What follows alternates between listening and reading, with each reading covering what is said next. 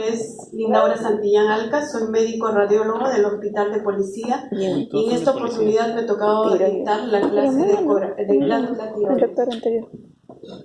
La glándula tiroides es una glándula de secreción interna que se va a localizar en la porción anteroinferior del cuello. Este espacio está limitado por los músculos. ¿Qué músculos? Es el músculo esternocleidomastoideo que está en la parte lateral del cuello. Hacia la parte central tenemos la tráquea. Posterior a la tráquea, adyacente al lóbulo tiroideo izquierdo, está el esófago. A las partes anterolaterales tenemos las arterias carótidas y las venas yugulares internas. Si revisamos la anatomía, podemos ver acá la glándula tiroides, que es bilobulada. El istmo se va a localizar en la porción anteroinferior, en las partes laterales. ¿Qué vendría a ser acá? La carótida. Y la parte de azul, la yugular. La arteria carótida van a dar ramas que van a irrigar a la glándula tiroides. La carótida externa va a dar la arteria tiroidea superior y la parte de la carótida común va a dar la rama tiroidea inferior. La glándula tiroides se ubica por debajo del cartílago. ¿Qué cartílago está ubicado por debajo del tiroides? Perdón, este es el cartílago tiroides. Por debajo se encuentra el cartílago cricoides. Esto es un corte axial de una representación anatómica donde vamos a poder situarnos anatómicamente y definir las estructuras. Si vemos en la porción anterior, anterolateral, tenemos las capas musculares que vendrían a ser el estiloioideo, el lomoioideo, y en la parte lateral, en la parte más ancha, tenemos al músculo esternocleidomastoideo. Posterior a las capas musculares vamos a tener ubicado a la arteria carótida, a la vena yugular. Posterior a la región central, en la parte central va a ser el istmo. Posterior vamos a tener a la tráquea. Posterior a la tráquea y al lóbulo tiroideo izquierdo vamos a tener el esófago. Y en la región posterocentral tenemos a los músculos largos del cuello. Esto es importante porque esto nos va a servir de referencia para nosotros, cuando hacemos la ecografía, guiarnos anatómicamente, definir las estructuras y ver qué es lo que estamos viendo, ¿no?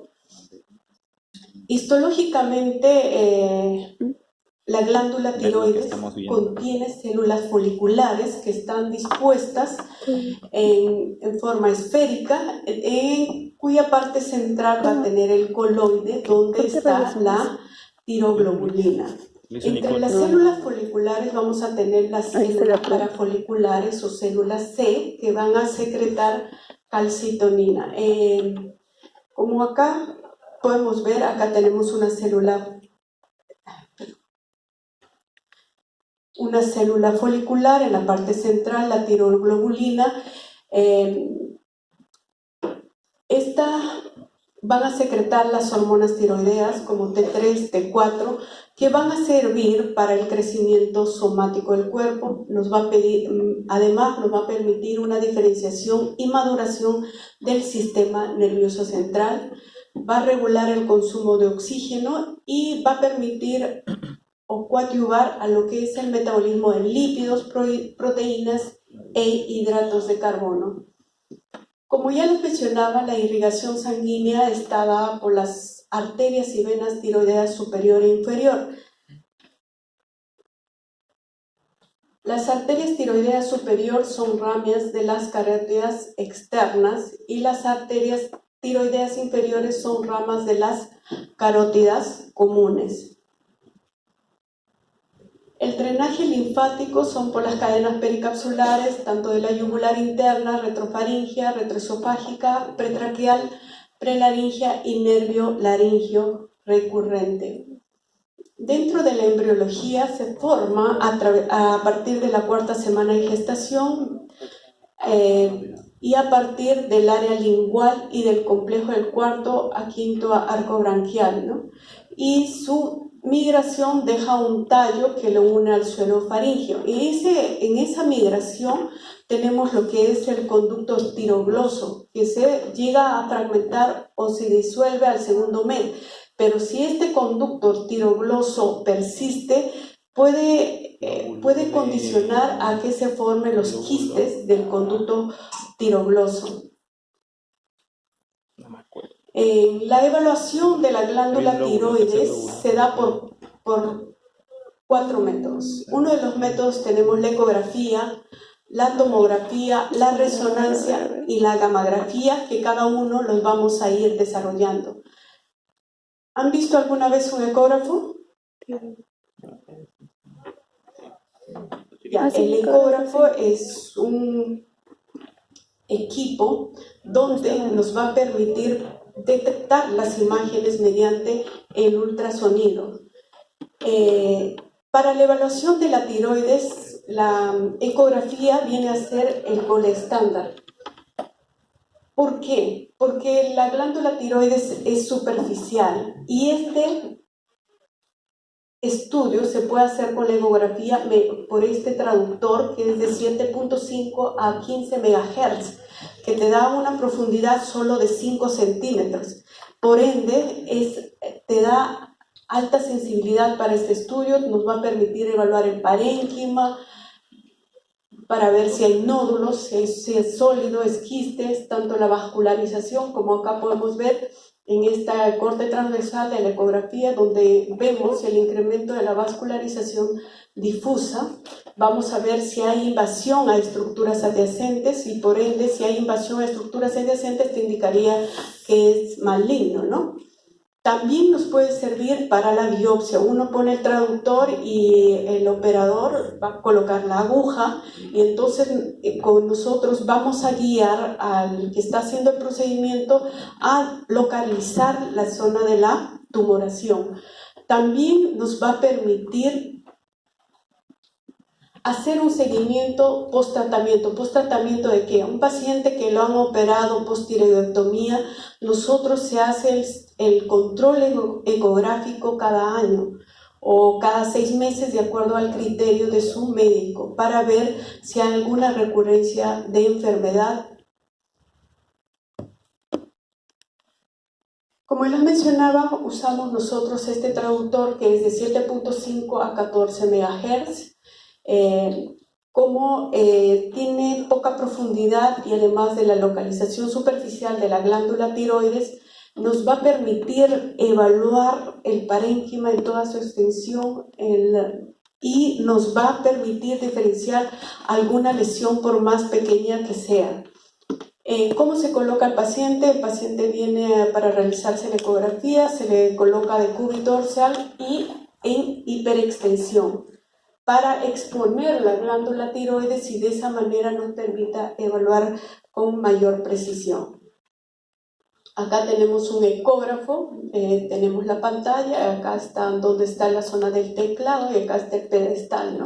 Acá podemos ver 2 traductores. Este de la forma convexa es el que hacemos las ecografías de abdomen y el de la forma lineal son para las ecografías de tiroides. Como acá pueden ver, la paciente está con el cuello en hiperextensión y colocamos el traductor. En esta posición es un corte transversal echado.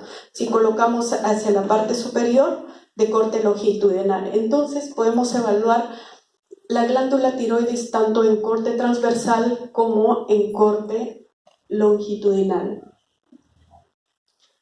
Y otra cosita, bueno, antes nosotros no podemos poner el traductor de frente, tenemos que colocar un gel. El gel para que nos permita evaluar la estructura, porque si no colocamos el gel no vemos nada.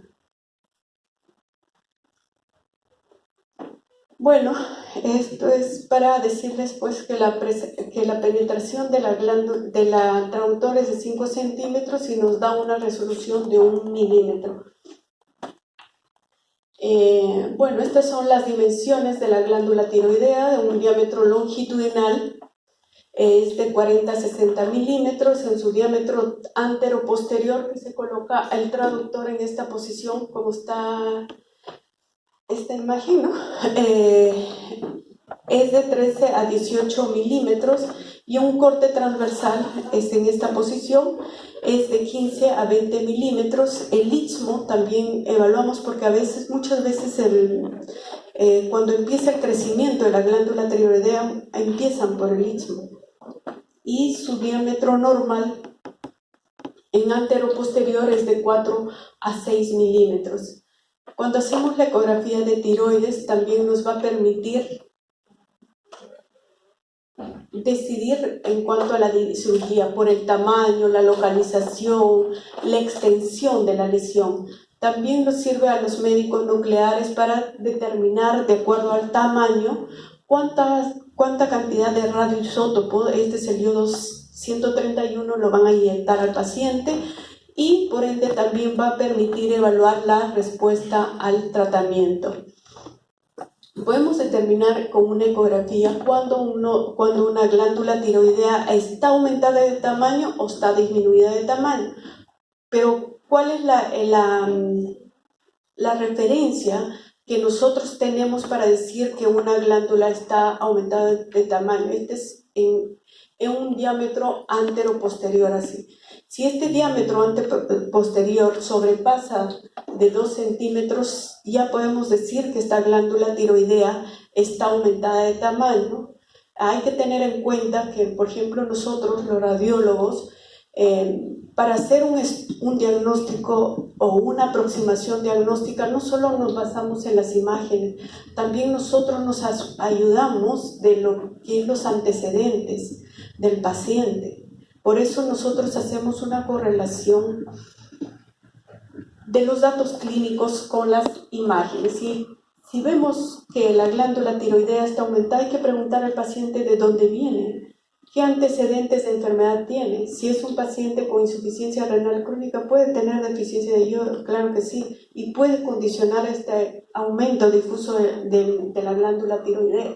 También en hepatitis aguda, pero a diferencia de una hepatitis crónica, sí puede condicionar que una glándula tiroidea esté disminuida de tamaño. Y que cuando además disminuye de tamaño, cuando un paciente ha recibido un hipertiroideo, que ha recibido yodo 131, ya la glándula tiroidea va a disminuir de tamaño.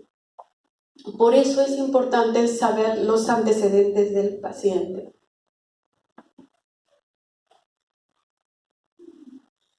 Bueno, continuamos en la ecografía. ¿Qué debemos tener en cuenta? Que nosotros siempre debemos ver un parénquima homogéneo. Nos va a determinar que una lesión es quística o sólida, y si las lesiones, ¿qué características tiene? Hipoecogénica o hiperecogénica, pero en los estudios se ha visto que predominantemente las lesiones son hiper o isoecogénicas. En esta imagen, en un corte transversal, podemos ver una glándula tiroidea que tiene la forma de una mariposa. Esto vendría a ser el lóbulo tiroideo, si yo lo veo desde la posición de ustedes, el lóbulo tiroideo izquierdo, el istmo, el lóbulo tiroideo derecho. ¿Esto qué vendría a ser? La carótida, y la vena yugular, y como le dije, la parte anteriores y delgaditas, los músculos, estiloideo, homoideo, y la parte ya más gruesa y amplia de los músculos es el esternocleidomastoideo. Posterior al istmo tenemos la tráquea.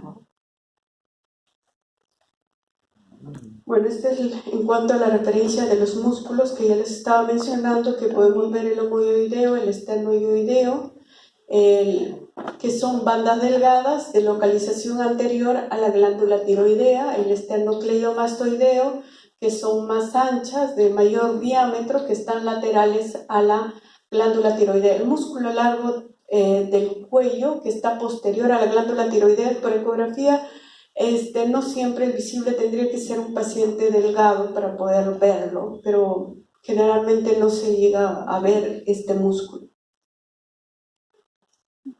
Bueno, es otra representación ecográfica de la glándula tiroidea. Vemos que tiene la forma de mariposa con la porción central, el istmo, la tráquea, la carótida y los músculos homoideo, y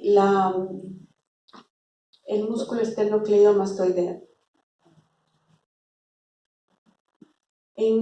Podemos también ver las arterias tiroideas inferiores y las superiores. Bueno, estos son los tips ecográficos que hay que tener en cuenta. Generalmente el lóbulo derecho es más grande que el izquierdo, el parénquima es homogéneo y tiene la ecotextura similar a la glándula salival. Y si se prolonga hacia el inferior puede simular a una glándula paratiroides. Si se hace la parte superior podríamos ver el lóbulo piramidal, que generalmente se ve en niños y en jóvenes. Hay variantes anatómicas. ¿Qué notan de anormal en esta glándula tiroides? Esta es una ecografía con una glándula tiroides. Podemos ver, si acá vemos el lóbulo tiroideo izquierdo y acá el istmo, pero acá le falta algo. Entonces, no se ha formado el lóbulo tiroideo derecho. Esta es una agenesia del lóbulo tiroideo derecho. También podemos ver alteraciones tanto en la posición. Cuando está fuera de lugar, esa ectopia puede ser tanto en posición sublingual, que está en la parte inferior, o puede ser retroesternal. Cuando hay alteraciones en la migración, también pueden ser los quistes tirogloso o fístulas del tirogloso, ¿no? También se puede ver las agenesias en niños. Cuando tenemos niños que nacen con llanto débil, con movimientos lentos, con incremento de peso y las hormonas tiroideas disminuidas, nosotros tenemos la obligación de solicitarle una ecografía tiroidea para ver si realmente el recién nacido presenta la glándula tiroidea. Si no presentara, vendría a ser una agenesia del lóbulo tiroideo. E incluso a ese niño tendríamos que solicitarle una gamografía para ver si puede ser que no hay ectopía de la glándula tiroidea. Como más adelante vamos a ver en las gamografías que nos permiten localizar las glándulas tiroides ectópicas. En este paciente es un paciente con tiroidectomía total. Cuando un paciente tiene tumoraciones, a veces por evitar la extensión de la enfermedad del lóbulo contiguo, a veces hacen una resección total de la glándula tiroides. Y generalmente cuando hay una resección total de la glándula tiroides, se ve áreas hiperecogénicas. Podemos ver que la glándula carótida se acerca un poco a la tráquea. Esto es lo que nos va a ayudar a diferenciar con una agenesia. En la agenesia la arteria carótida no está tan cerca, mire, esta es la tráquea, no está tan cerca a la tráquea. En cambio, la agenesia sí conserva su distancia. El estudio Doppler también se hace mediante ecografía, pero este estudio Doppler, ¿qué nos permite estudiar? La vascularidad del tejido. Es altamente sensible para evaluar la vascularidad. Realmente es más pronunciada en los lóbulos inferiores y superiores. ¿Por qué? Por las arterias tiroideas superior e inferior, ¿no? Como su nombre indica, de acuerdo a eso también se ubica. Se puede apreciar las arterias tiroideas con el Doppler. Te va a permitir, de acuerdo a la vascularidad, si es benigno o maligno. ¿Quién presenta mayor vascularidad? ¿Un nódulo benigno o un nódulo maligno? El benigno tiene menos vascularidad y una lesión maligna tiene mayor vascularidad, pero hay que tener en cuenta, hay un diagnóstico diferencial. ¿Quién puede tener mayor vascularidad? Un proceso inflamatorio, pero a diferencia de una lesión maligna, tiene una lesión nodular, pero en cambio un proceso inflamatorio la vascularidad aún incrementa en forma difusa de la glándula. Esto es la ecografía Doppler. Bueno, ahí de acuerdo a cómo programan los software, nosotros podemos, pero la que más se utiliza es el color rojo y azul. La que se acerca al traductor, o sea, como los vasos, alta vascularidad, se acercan más al traductor, nos va a dar un color rojo, pero los que se alejan a la lesión va a dar un color azul. Y generalmente es poco detectable, ¿no? Por ejemplo, acá vemos en esta lesión, las que están de color rojo se acercan al traductor, las que están más distantes son las que se alejan. La vascularidad, tenemos tres formas de evaluarlas. Cuando hay ausencia de vascularidad, es un parénquima normal, lo podemos poner el flujo Doppler, y en el flujo Doppler sí podemos evaluar las arterias superior e inferior, pero es muy diferente esta vascularidad que esta vascularidad, porque acá sí vemos el trayecto lineal de la arteria, en cambio en esto no, y sí podremos diferenciar de tal manera si esta lesión es sospechosa de malignidad. Cuando otro tipo de vascularidad sería la vascularidad periférica, como vemos en esta representación, que es predominantemente periférica. El tipo de vascularidad central es que ocupa toda la parte central, así como periférica.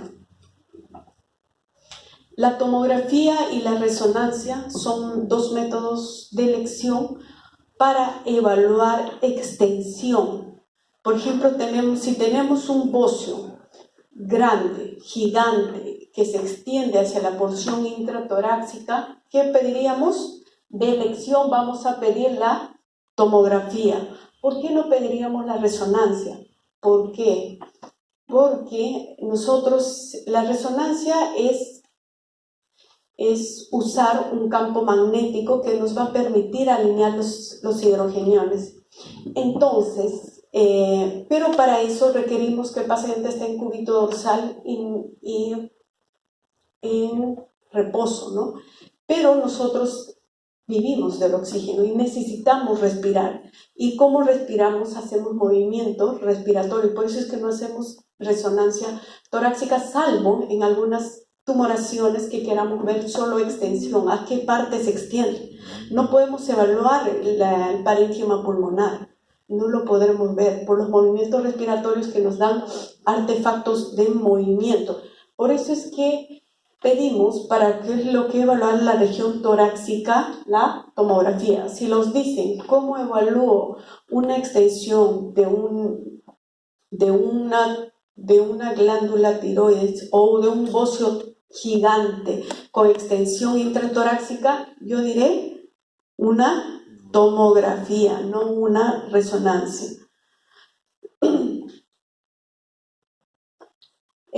También podemos usar la tomografía para evaluar los ganglios. Así, si tenemos una masa a nivel cervical, también se van a asociar a ganglios.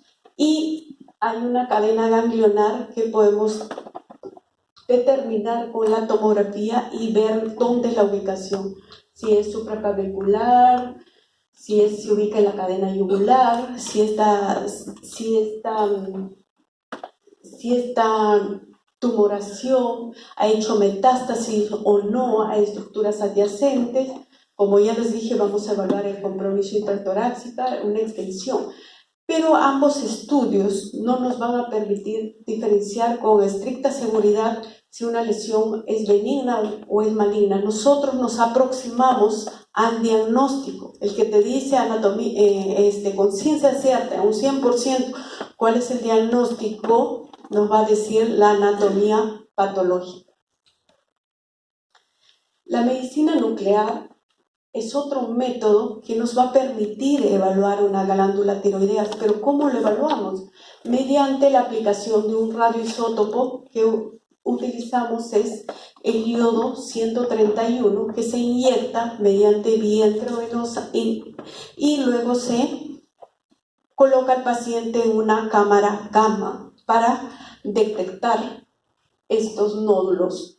Si evaluamos la glándula tiroidea y vemos que hay una hipercaptación del radiotrazador, diremos que este nódulo es caliente. Y si es caliente, esta lesión es más probable que sea benigna. Si tenemos el nódulo y no capta el radiotrazador, esto nos va a suponer que un 90% de esto es maligno. También nos va a permitir determinar la situación. Como ya les dije, mediante la gamografía, nosotros, mediante la captación de radioisótopo, podemos ver si esta glándula está ubicada en su posición habitual o está fuera de lugar. Vamos a ver el volumen, la nodularidad y el estado funcional de acuerdo a la captación. Acá tenemos un estudio gamagráfico y vamos a ver la glándula tiroides en un estado de captación normal. En esta otra representación vamos a tener acá las glándulas submaxilares y por debajo de ellas tenemos la tiroides de ubicación submentoniana. También puede ubicarse la glándula tiroides de ubicación retroesternal. Por eso también que le dicen a la gamografía que nos sirve para rastreo. Rastrearemos dónde se ubica la glándula tiroides si es de posición ectópica.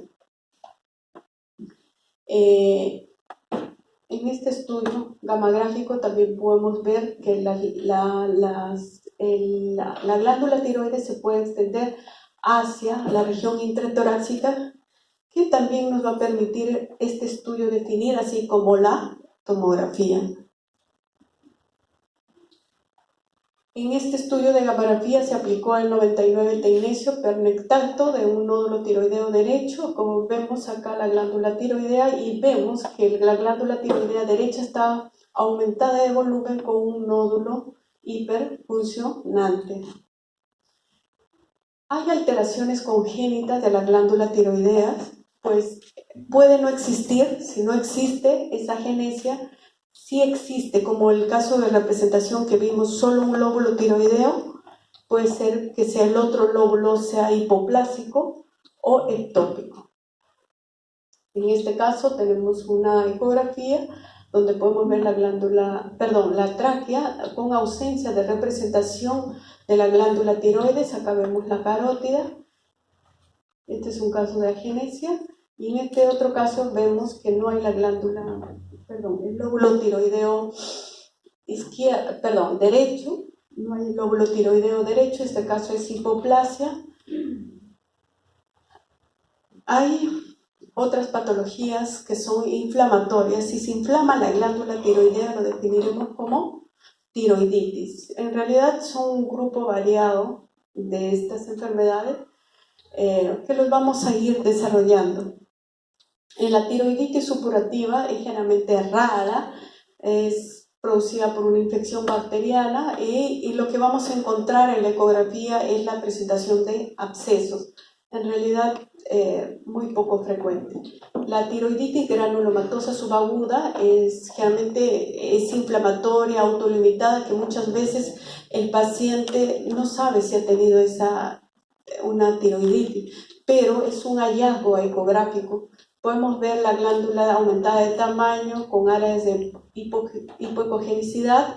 La vascularización puede estar normal o disminuida. Acá podemos ver en la ecografía algunos nódulos hipoecogénicos dentro del parénquima normal con una glándula tiroidea aumentada de tamaño. En la enfermedad de Hashimoto, en esta sí quiero que presten atención porque esta es la que más comúnmente podemos ver. Las otras sí son raras. ¿Cómo se desarrolla la enfermedad de Hashimoto? Es una enfermedad inflamatoria autoinmune. ¿A qué se asocia? A hipotiroidismo. ¿Qué vamos a encontrar en ecografía? Un aumento difuso de la glándula tiroidea. Esta puede ser heterogénea. Esto es importante. De apariencia pseudolobulada por la presencia de septos. Vamos a ver en la siguiente diapositiva esta presencia de septos, que son imágenes lineales hiperecogénicas, que como ejerce cierta retracción va a dar la apariencia lobulada. Puede existir múltiples micronódulos hipocogénicos de 1 a 6 milímetros. Puede coexistir con nódulos benignos o malignos, que también que coexistan con estas es raro. Ocasionalmente, esto recuerden, ocasionalmente hay hipervascularización. Entonces, si hacemos un resumen de esta enfermedad de Hashimoto, podemos decir que es autoinmune, que se asocia a hipotiroidismo. Se caracteriza por la presencia de septos que puede dar la apariencia pseudo-lobulada, puede ser heterogénea. Entonces, acá tenemos una ecografía, un corte transversal, podemos ver la glándula tiroidea incrementada de tamaño con la presencia de múltiples septos. Estos son los septos, estas imágenes lineales. Esta enfermedad de Hashimoto puede llevar a la... ¿Por qué lleva al hipotiroidismo? Porque incrementa el tamaño y luego disminuye, así como incrementa el tamaño también disminuye la función. Las otras tiroiditis, hay tiroiditis indoloras, como en una tiroiditis crónica, que puede ser hipocogénicas, puede existir micronodulación y fibrosis. Puede estar asociado con hipertiroidismo, con progresión a hipotiroidismo, y generalmente puede remitir a 6 meses. Hay otro tipo que es el bocio adenomatoso, que se asocia a tiroiditis crónica, es poco frecuente, puede existir nodulaciones, pero estas nodulaciones son separados con el parénquima normal. Puede tener morfología redondeada en los polos. Acá tenemos una ecografía donde vemos una tiroiditis adenomatosa, donde vemos nódulos separados del parénquima normal. En la enfermedad de Graves, esto es también frecuente, que podemos ver, se asocia frecuente por el hipertiroidismo. ¿Por qué se caracteriza? Porque hay un aumento difuso de la glándula tiroidea. Puede estar en la ecoestructura heterogénea, pero puede asociarse también a que se presente de iso o hipericogénico. Esto es importante, la hipervascularización. Como ya les dije, así como el Doppler nos permite detectar si un nódulo, este nódulo, como decís, presenta amplia vascularización en toda su extensión, en una tiroiditis o en la enfermedad de Graves es un infierno tiroideo. ¿Por qué lo llama infierno tiroideo? Por la vascularización, como decir, se pinta toda la glándula tiroidea. Y puede o no asociarse a la hiperfunción. Puede haber hipertiroidismo o hipertiroidismo de acuerdo al estadio en que esté, pero eso se va a correlacionar con los análisis del laboratorio. En la enfermedad de Riedel es muy infrecuente. Va a progresar a una destrucción de la glándula, puede extenderse, puede haber extensión extratiroidea, y la glándula, si se aumenta de tamaño, se asocia con un parénquima heterogéneo. La ecografía puede simular a un carcinoma anaplásico de tiroides. Acá vemos en una ecografía Doppler con una lesión nodular con amplia vascularización. También vemos una ecografía, un corte transversal, múltiples lesiones hiperecogénicas. La hipertrofia se llama, o incremento de tamaño, se llama bocio.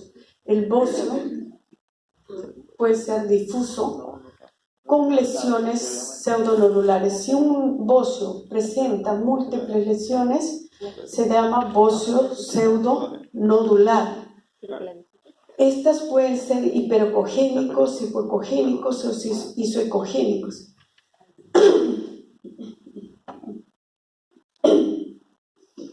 Acá un cuadro resumen en cuanto a la tiroiditis. Hay tiroiditis si es aguda o subaguda. Este es lo principal en estas. Vamos a hacer de 2 en 2, por favor. Acá en la tiroiditis aguda y la subaguda, ambos son dolorosos. Ambos son hipocogénicos. Pero acá en la tiroiditis ya como el proceso inflamatorio va disminuyendo ya, los bordes se van haciendo más lobulados. Y en cuanto a cuando es un proceso agudo, la hipervascularización puede ser perilesional. En cambio, ya cuando es subagudo, ya la vascularización por el proceso inflamatorio ya va disminuyendo y algunos no presentan. En la enfermedad de Hashimoto no es doloroso, recuerden eso. En la tiroiditis de Hashimoto, como es autoinmune, no es doloroso, el parénquima es heterogéneo, los bordes son regulares, pueden ser lobulados por la presencia de los septos, y la vascularización puede estar aumentada o normal, puede estar incrementada, pero no al grado de lo que hay en una lesión neoplásica. En la enfermedad de Graves sí es doloroso, a diferencia de la tiroiditis de Hashimoto, que no es doloroso. En la enfermedad de Graves no es doloroso, el parénquima es homogéneo, puede haber la hipervascularización o la tormenta tiroidea.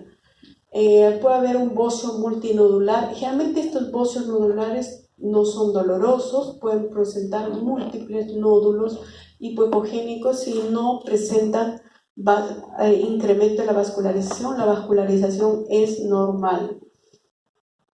Así como incrementa de tamaño la glándula, puede disminuir de tamaño, que se conoce como la hipotrofia. ¿Cuándo va a disminuir el tamaño de la glándula tiroidea? Cuando hay una tiroiditis crónica o en la enfermedad de Hashimoto, de autoinmune de Hashimoto, ya en un estado de hipotiroidismo. Ya en la última parte vamos a mencionar que es las neoplasias benignas y malignas. En las neoplasias hay que tener en cuenta que tenemos factores de predictores de malignidad. Generalmente, si son varones, generalmente son malignos. Los nódulos tiroideos son frecuentes en las mujeres, pero no son malignos. Pero en cambio, si se presenta en el hombre, sí es altamente sospechoso de malignidad. Si se presenta en menores de 30 años y en mayores de 60 años, hay que tener en cuenta esto. Hay antecedente de irradiación, hay irradiación de cuerpo entero por trasplante, generalmente en pacientes que han recibido radioterapia. En historia familiar de cáncer de tiroides, sí se asocian, al más frecuente de estas enfermedades es la neoplasia endocrina múltiple, que se asocia al carcinoma medular. Esto recuerden, en la neoplasia endocrina múltiple se asocia frecuente al carcinoma medular, ¿sí? O a algunos pacientes adolescentes que se han expuesto a radiaciones ionizantes. En la exploración física puede haber rápido crecimiento, dolor, fijación al tejido, adenopatías, puede haber parálisis de la cuerda vocal porque por ahí pasa el nervio laringio recurrente.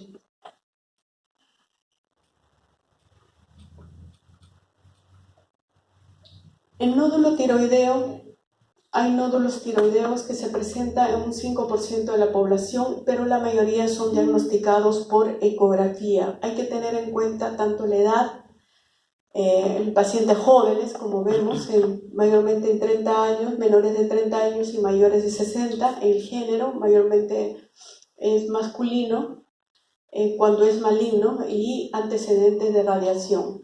En el cáncer de tiroides, esto es lo más frecuente, que se presente el carcinoma papilar. El papilar se presenta un 85 a 90%, el folicular en un 8 a 10%, el medular infrecuente un 3 a 5%, que se asocia a una neoplasia endocrina múltiple. El anaplásico es infrecuente, menos de 1%. Otros pueden ser los sarcomas, que es muy, muy raro. Hay que tener en cuenta cuando nosotros veamos unas lesiones, si presentan microcalcificaciones, altamente sospechoso de malignidad. Si es hipoecogénico, también. Si presentan márgenes irregulares, también. Si presentan la vascularidad intranodal central, también, ¿no? Los nódulos tiroideos son frecuentes y se lo encontramos muy frecuente en las mujeres. Generalmente son palpables en un 4 a 7% de la población general. Un 20 a 30% hay antecedentes de radiación, un 5% son malignos, es 8 veces más frecuente en mujeres. Si se presenta en hombres es más probable que sea maligno, recuerden eso. Como acá dice, el hombre tiene el doble de riesgo de ser maligno. Algunas veces se presentan sin expresión clínica, como las tiroiditis. La mayoría, algunos pacientes no saben que han tenido tiroiditis más los hallazgos ecográficos. Los adenomas son nódulos hiperplásicos, también se lo conoce como nódulos coloides o adenomatosos. Se presenta un 5 a 10% de la población. Es más frecuente en mujeres, 7 veces más que los varones. Generalmente son solitarios.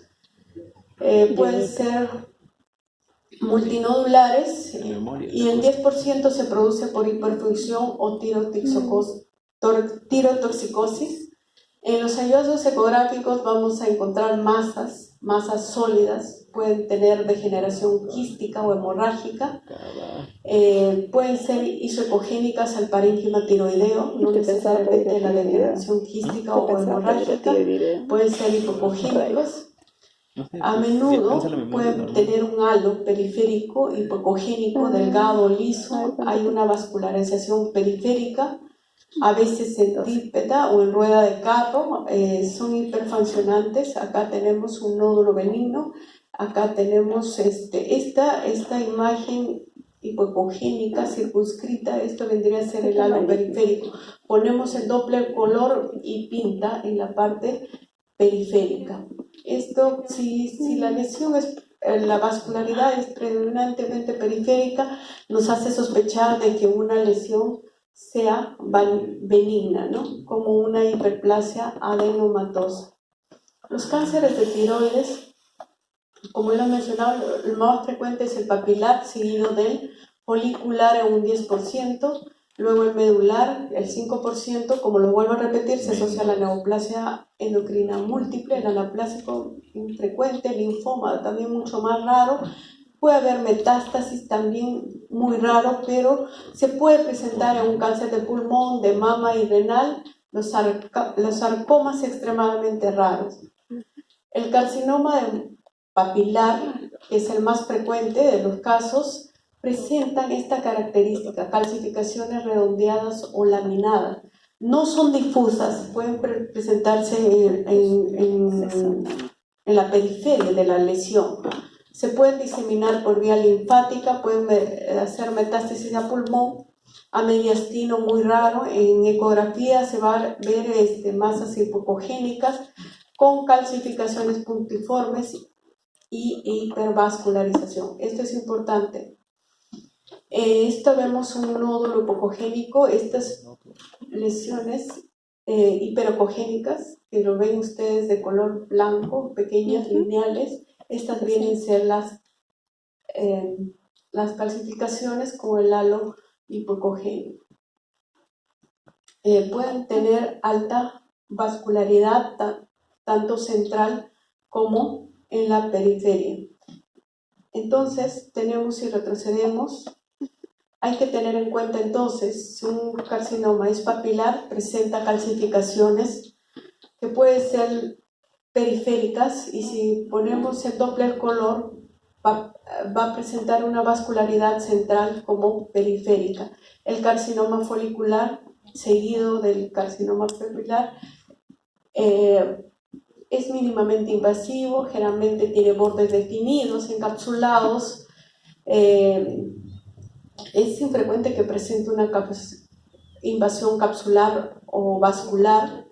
si se disemina esa hematógena, recuerden que una de las neoplasias que se presentan, ¿no?, en el cuerpo humano, si tenemos una tumoración a nivel de la glándula tiroides, es la que podemos resecar en toda su extensión. Y generalmente para que haga metástasis es raro, porque generalmente ya cuando crece la tumoración se lo palpa o otra persona se da cuenta que está incrementado el tamaño y se van a hacerse los estudios correspondientes. Entonces, cuando hay metástasis es porque ya la paciente se ha descuidado ya, porque generalmente sí se llega a detectar y se autolimitan a la glándula tiroidea. En un carcinoma folicular tiene amplia similitud con el adenoma, tiene márgenes irregulares y hay hipervascularización al Doppler. Acá vemos una lesión redondeada con un halo hipocogénico. Están autolimitados, no hay extensión. El carcinoma medular se asocia a la neoplasia endocrina múltiple, tiene similitud al carcinoma papilar, puede presentarse las calcificaciones puntiformes. Pero ¿cuál es la diferencia con el carcinoma papilar? Que ustedes ya les he señalado que las calcificaciones son periféricas, pero en cambio acá las calcificaciones son más groseras, difusas. Entonces, estas calcificaciones nos van a permitir diferenciar de un carcinoma papilar, que como vimos en otros son pequeñas, periféricas y no son múltiples como como este carcinoma medular. Y si ponemos el Doppler color, vemos que esta lesión hay un patrón vascular tanto en la porción central como en la periferia.